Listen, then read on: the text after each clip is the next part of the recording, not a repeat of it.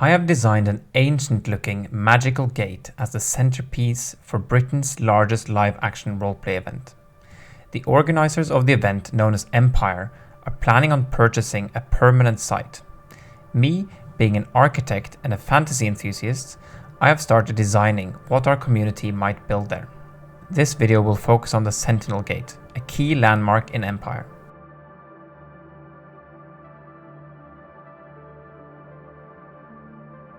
This is a photo of the current gate, made 10 years ago out of timber, which can be taken up and down for each event. The gate serves as the entrance to the battlefield that the player line up in front and charge through.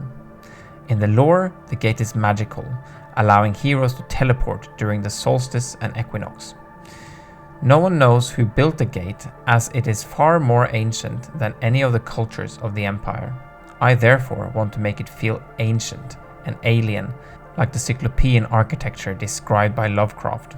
My design will be made of concrete blocks stacked to form an arch that can last for centuries.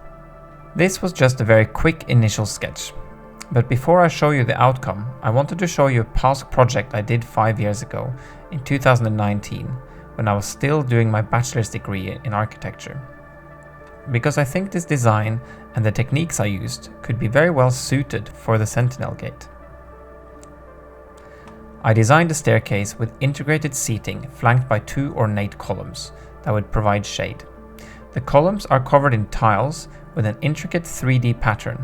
I had a lot of fun with this geometric exercise of making sure the pattern that I designed lined up everywhere, especially with the edge tiles having the ability to rotate. In order to do this, I modeled the design in Blender, which allowed me to iterate and seeing all the tiles update in real time.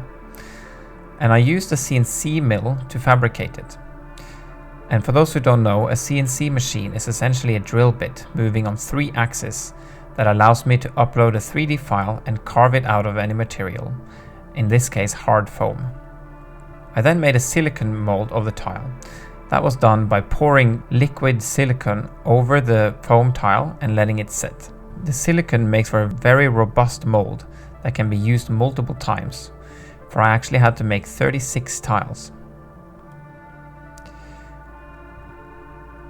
I cast the tiles out of a mix of white cement and local white sand, and it came out brilliantly white, and the tentacles cast beautiful shadows in the sun.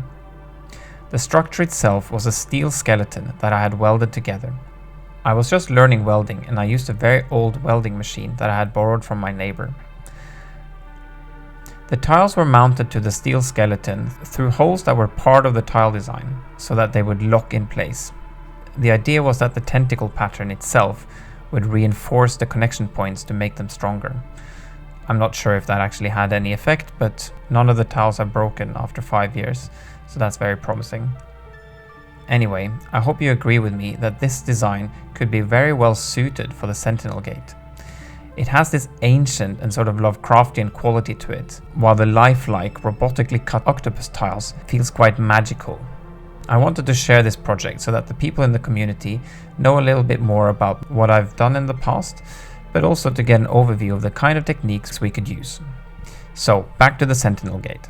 Because it's the most iconic piece of architecture currently at Empire, I wish to stick very closely to the original design, but turning it into concrete and giving it higher resolution. And I was particularly drawn to the little strange octopus symbol on the keystone. The first thing I did was a quick massing study of the overall arch design. I followed the original design closely, but made the arch go thinner as it travels towards the top, making the whole structure much lighter and also easier to construct. I also added a slight dent or kink in the profile, which acts as a kind of dry joint. This helps the block find the middle of the previous block perfectly as they are put together. Next, I started working on the design of the blocks. The face would be ornamented using a similar technique as my staircase. I modeled the tentacles that would be repeated down along the arch. There are 2 different tiles that flow into one another, plus the keystone. The designs would then be cut out of foam. I also added a background texture to make the tentacles stand out even more. The foam blocks would then be used to make molds. This time the molds would be quite a lot more complicated, as they would be two-sided, and also because of the kink in the shape of the overall block makes for quite a complicated shape, so it'd have to be some kind of unfolding wooden formwork.